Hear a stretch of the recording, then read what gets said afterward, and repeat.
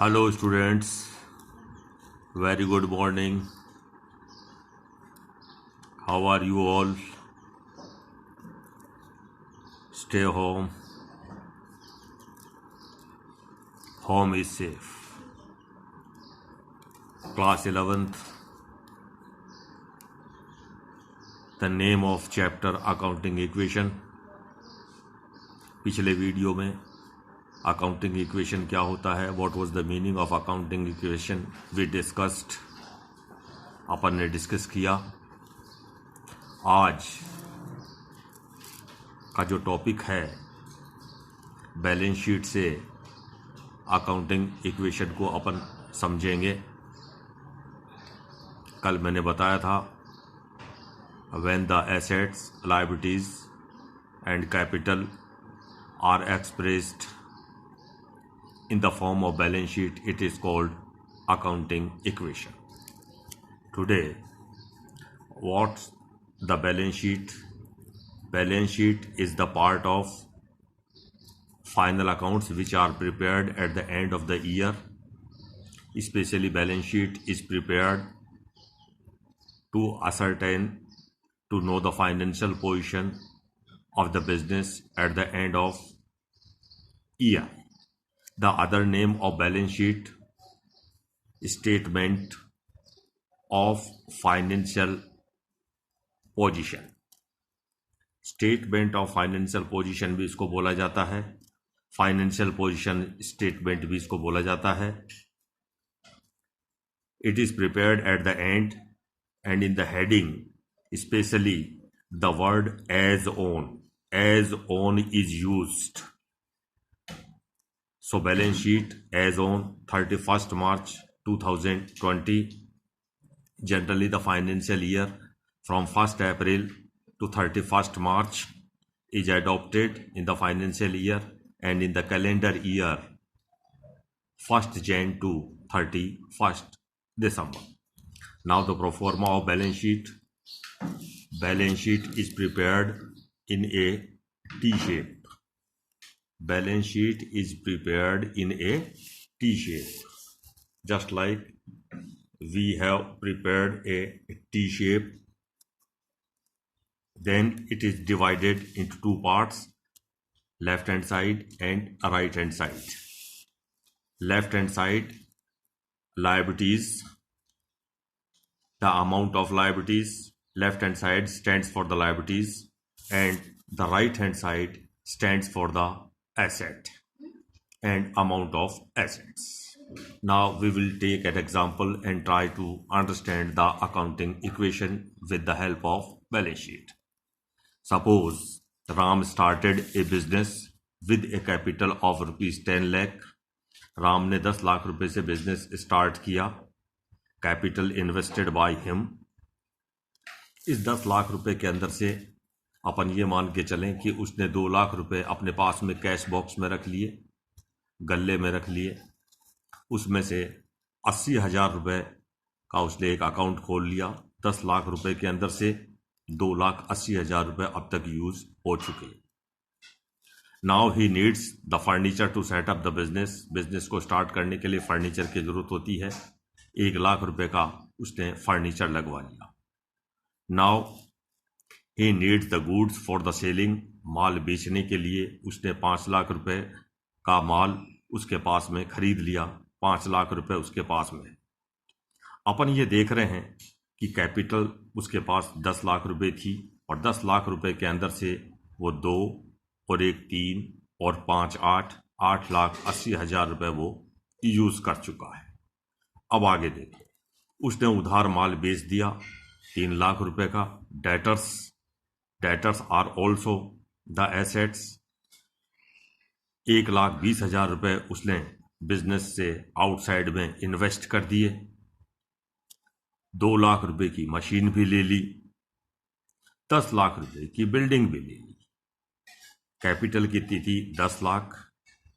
और इस कैपिटल से उसने एसेट्स कितने की मैनेज कर ली? टोटल 25 लाख की एसेट्स. टोटल 25 लाख रुपीस की उसने एसेट्स मैनेज कर ली. अब एक क्वेश्चन पुटअप होता है कि कैपिटल 10 लाख रुपए थी, कैपिटल 10 लाख रुपए की थी, तो ये 25 लाख रुपए की एसेट्स कैसे हो गई? As I stated in my previous video that a business is started with two sources, internal sources. First one is internal sources, means capital invested by the owner, and sources from outside. कुछ पैसा जो owner है वो अपनी जेब से लगाता है, कुछ पैसा वो बाहर से मैनेज करता है। उसने बैंक से ओवरड्राफ्ट ले लिया 4 लाख रुपए का।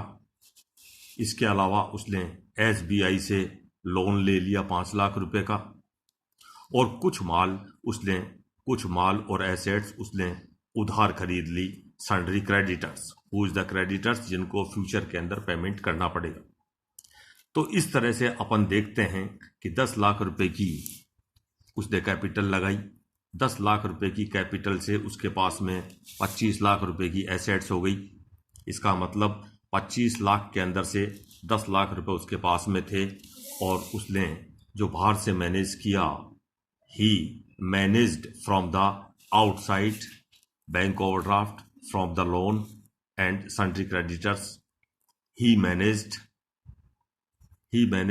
15 lakhs फ्रॉम द आउटसाइड, और इस तरह से उसके पास में 25 लाख रुपए की एसेट्स हो गई। Now we will discuss on the formula. Accounting equation was assets is equal to liabilities plus capital. Assets is equal to liabilities plus capital. What was the amount of total assets in the balance sheet? Balance sheet के अंदर total assets 25 lakh रुपए की थी। 25 लाख रुपए की assets थी, इसमें से 25 लाख रुपए की एसेट्स के अगेंस्ट के अंदर bank overdraft 4 lakh, SBI loan 5 lakh, sundry creditors. These are the liabilities. The total of liabilities are 15 lakh. The total of liabilities are 15 lakh and capital is 10 lakh. So it is clear that assets is equal to liabilities plus capital. Total of assets 25 lakh is equal to liabilities 15 lakh and capital 10 lakh. Clear? Now if we are to ascertain the amount of liabilities is equal to assets minus capital. assets का total कितना था? 25 लाख। इसमें से capital को less कर दिया, तो is equal to liabilities 15 lakh. Clear? Now if we are to ascertain the amount of capital, यदि अपन को कैपिटल कैलकुलेट करनी है तो अपन क्या करेंगे? एसेट्स, टोटल एसेट्स के टोटल में से टोटल लायबिलिटीज को लेस कर देंगे। टोटल एसेट्स कितनी थी? 25 lakh, 25 lakhs minus total of liabilities 15 lakh, तो is equal to C. C means capital. That's why it is said that the sun can be this side from that side and from that side to this side, but accounting equation always remains equal from both the sides. सूर्य इधर का उधर हो सकता है, लेकिन accounting equation के दोनों side की जो वैल्यूज है वो हमेशा बराबर रहती है। Each and every transaction, each and every business transaction will affect either the assets or the liabilities or the capital, means Brahma, Vishnu, Mahesh. In spite of all increases and decreases in the assets, all increases and decreases in the liabilities, and all increases and decreases in the capital, accounting equation will remain same from both the sides. इस तरह से balance sheet की help से I have tried make you understand the meaning of accounting equation. Now अब मैं अपने इस video को यहीं फिनिश करता हूं, अदरवाइज ये लंबा हो जाएगा।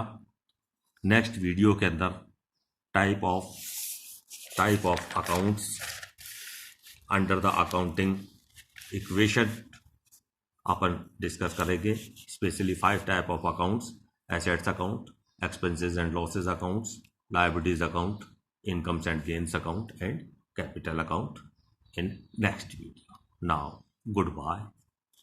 Be happy.